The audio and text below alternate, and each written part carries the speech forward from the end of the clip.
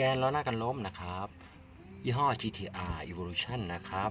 ของรุ่น Forza 300 แล้วก็ 350 นะครับสามารถใช้ด้วยกันได้นะครับเอ่อวัสดุค่อนข้างแข็งแรงมากๆนะครับแล้วก็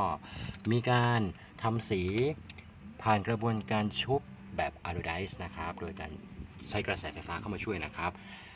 ทำให้สีไม่ซีดจางไม่ลอกล่อนแล้วก็เพิ่มความเงางามและแข็งแรงให้กับพื้นผิวของวัตถุนั่นเองนะครับทำให้เกิดรอยขีดข่วนยากนั่นเองนะครับ